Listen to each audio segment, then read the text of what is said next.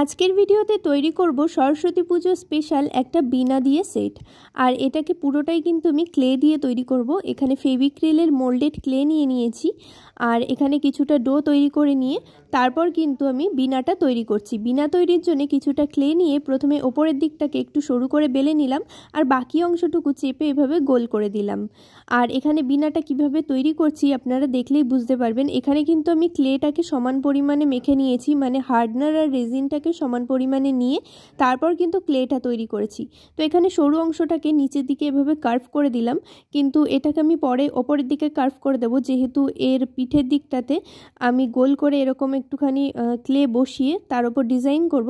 তাই ওটা ব্যাক সাইডে হলে খুবই অসুবিধা হবে, দেখতে ভালো লাগবে না। তাই ওটাকে কিন্তু ওপরের দিকে করে দেবো একটু পরেই।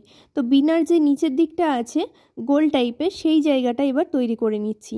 এটাকে তৈরি করার পর এটাকে ডিজাইন করব, মানে বেসটাকে আগে তৈরি করে নিয়ে তার ওপর কিন্তু ক্লে দিয়ে শুরু করে ডিজাইন করে নেব। আর এর আগের ভিডিওগুলোতেও আমি সরস্বতী পুজো স্পেশাল অনেকগুলোই ক্লে জুয়েলারি তৈরি করেছি। আপনারা চাইলে ভিডিওগুলো না দেখে থাকলে এখন দেখে আসতে পারেন। আর এখানে দেখুন কিছুটা পরিমাণ ক্লে নিয়ে আমি এটাকে রোল করে নেব। আর এটাকে প্রথমে লম্বা করে বেলে নিতে হবে রোল করার আগে, তারপর এটাকে সুন্দর করে রোল করে এর ওপর বসিয়ে দিতে হবে। আর এর ওপর যখন বসানো হয়ে যাবে তখন আমি পেন দিয়ে ডট ডট করে ডিজাইন করে নেব এর ওপর।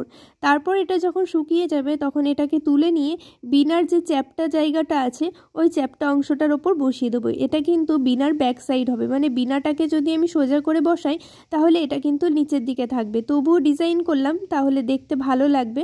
আর ওপরের সাইডটাতে তো ডিজাইন করবই, আপনারা থাম্বনেল দেখে নিশ্চয়ই বুঝতেই পেরে গেছেন কীরকম টাইপের হবে।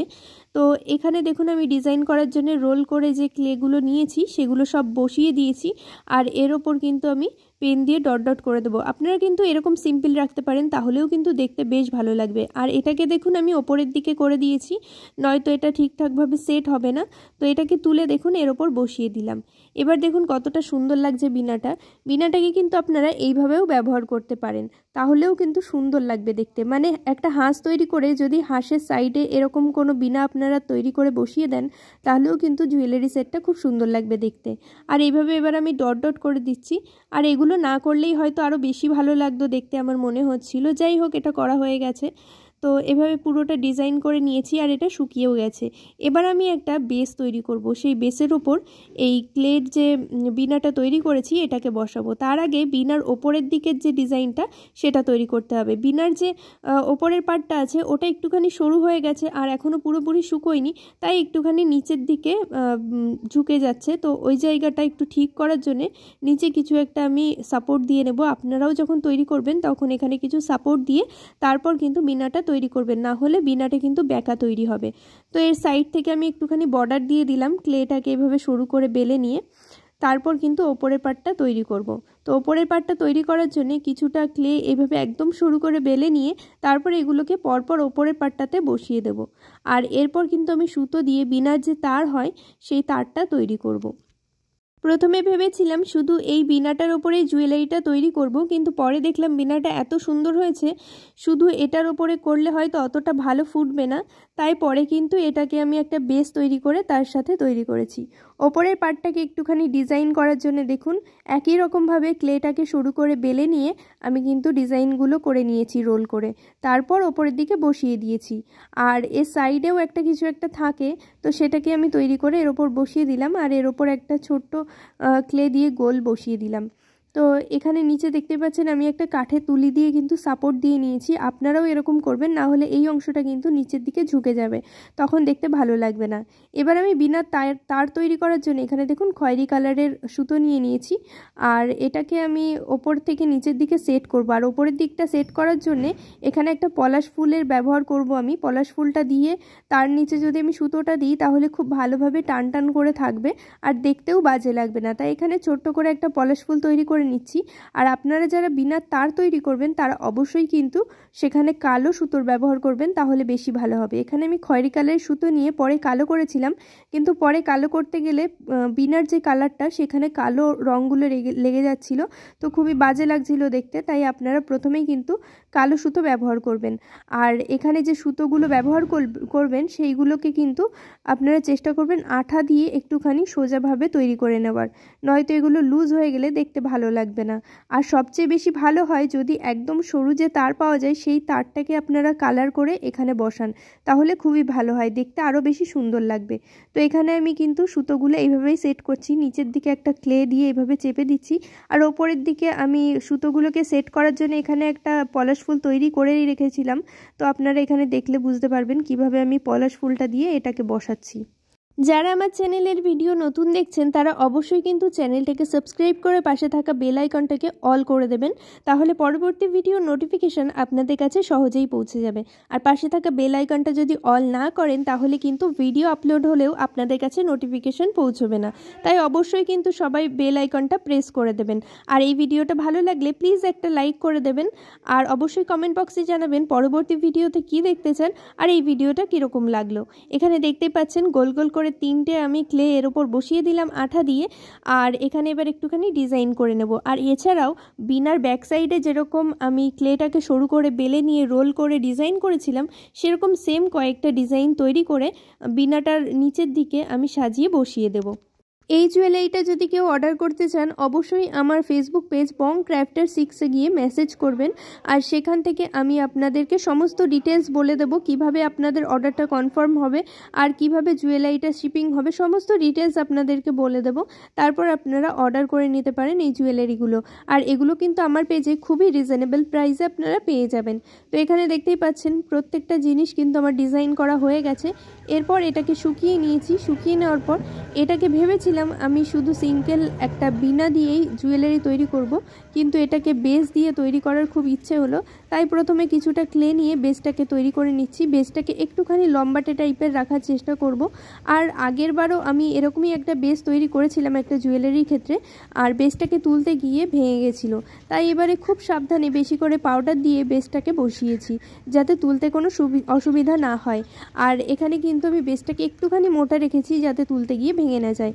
এরপর কিছুটা ক্লে আমি সরু করে বেলে নিয়েছি, এরপর আমি বেসের চারদিকে এই ক্লেটাকে বসিয়ে দেবো। আপনারা চাইলে কিন্তু আঠা ব্যবহার করতে পারেন, তবে যদি একটু ওপরের দিকে আপনারা এই বর্ডারটা দিতে পারেন তাহলে কিন্তু আঠা ছাড়াই এটা খুব ভালোভাবে আটকে যাবে। বেসটাকে আমি ক্লে দিয়ে ভালো করে বর্ডার করে নিচ্ছি প্রথমে, তারপর এই যে বেসটা আছে বেসের মধ্যে কিন্তু একটা শক্ত তুলি দিয়ে আমি একটুখানি ড্যাব ড্যাব করে নেব, তাহলে এর ওপর একটুখানি ডিজাইন হয়ে যাবে। মানে সারফেসটা এরকম প্লেন আমি রাখতে চাইছি না, একটুখানি রাফ হবে সারফেসটা, সেরকমভাবেই কিন্তু আমি ডিজাইনটা করে নিচ্ছি। আর আমি ভার্নিশ অ্যাপ্লাই করি যে তুলি দিয়ে, সেই তুলিগুলো একটুখানি এরকম টাইপের শক্ত হয়ে যায়, তো সেই তুলিগুলোই কিন্তু আমি এখানে ব্যবহার করছি। আপনারা যারা ভার্নিশ ব্যবহার করেছেন তারা নিশ্চয়ই জানবেন যে ভার্নিশ ব্যবহার করার পর তুলিটাকে যদি ভালো করে তারপিন দিয়ে না ধোয়া হয় তাহলে কিন্তু সেটা এইভাবেই শক্ত হয়ে থাকে। তো আপনারা কিন্তু সেরকম তুলি বা বাদ দেওয়া যে কোনো তুলি দিয়ে এইভাবে সারফেসটাকে রাফ করে নিতে পারবেন। এরপর আমি নিচের দিকে 3টে ছিদ্র করে নিচ্ছি আর ওপরের দিকে 2টো ছিদ্র করব। নিচের দিকে আমি কিছু কটন বল অ্যাড করব, তাই জন্য এখানে ছিদ্র করে নিলাম, আর ওপরের দিকে টাসেল অ্যাড করব, তার জন্য ছিদ্র করে নিলাম। এরপর আমি কিছুটা আঠা দিয়ে বিনাটাকে এর ওপর বসিয়ে দেব। বিনাটাকে এই বেসের ওপর বসানোর আগে আপনারা চেষ্টা করবেন বেসটাকে কালার করে নেওয়ার, কারণ আমি যখন বেসটাকে কালার করতে যাচ্ছিলাম তখন কিন্তু বিনার গায়ে কালারটা লেগে যাচ্ছিল, তাই সবার আগে কিন্তু আপনারা বেসটাকে কালার করবেন, তারপর কিন্তু বিনাটাকে বা যে পলাশ ফুল বা হাঁস বসাবেন সেটাকে বসাতে পারেন। আর এখানে কিন্তু আমি দেখতেই পাচ্ছেন পলাশ ফুল তৈরি করছি কিভাবে, ব্লেড দিয়ে কিন্তু আগে দাগ দিয়ে নিচ্ছি, তারপর কিন্তু পলাশ ফুলের মাঝখানের অংশটাকে বসিয়ে দেব এই বেসের ওপরে। আর এইভাবে দাগ দিয়ে পলাশ ফুল কিন্তু আগে বানাতাম না, তবে এভাবে করলে কিন্তু বেশি সুন্দর লাগে পলাশ ফুলটা দেখতে। আর এটা কিন্তু আমি একজনের ভিডিও দেখে শিখেছি, আগে আমি প্লেনভাবেই পলাশ ফুল বানাতাম, তবে তার ভিডিও দেখার পর আমার খুব জিনিসটা ভালো লেগেছে, তাই জন্য এখন কিন্তু আমি এইভাবেই পলাশ ফুলটা বানাই। আর পলাশ ফুলের বাকি যে 2টো পাপড়ি হয় সেই পাপড়িগুলোর গায়েও কিন্তু 2টো সাইডে এভাবে দাগ দিয়ে নেবেন, তারপর এটাকে ভালোভাবে এর সাথে আটকে দেবেন, দেখবেন আরও বেশি সুন্দর লাগবে। প্লেনভাবে পলাশ ফুল বানালে একরকম হয়, আর এভাবে দাগ দিয়ে বানালে আরেক রকম হয়, দুটোই সুন্দর লাগে, তবে আমার কাছে কিন্তু দাগ দিয়ে বানানোটাই বেশি সুন্দর লাগে। আমার ভিডিও দেখেই যে সবাই সব কিছু শেখে তা নয়, আমিও কিন্তু সবার ভিডিও দেখে একটু একটু জিনিসপত্র শিখে নিই যেগুলো আমার সত্যিই খুব কাজে লাগে। তো এখানে দেখতেই পাচ্ছেন পলাশ ফুলটা বসিয়ে দিয়েছি। এরপর তৈরি করব হাঁস। হাঁস তৈরি নিয়ে আর কিছু বলার নেই, প্রচুর ভিডিওতে আমি হাঁস তৈরি করা দেখিয়েছি। তো এখানে কিছুটা ক্লে নিয়ে ওপরের দিকটা সরু করে নিলাম, আর মুখের দিকটা একটুখানি সামান্য মোটা রেখে ব্যাক সাইডটা অনেকটা বেশি মোটা রেখে দিলাম।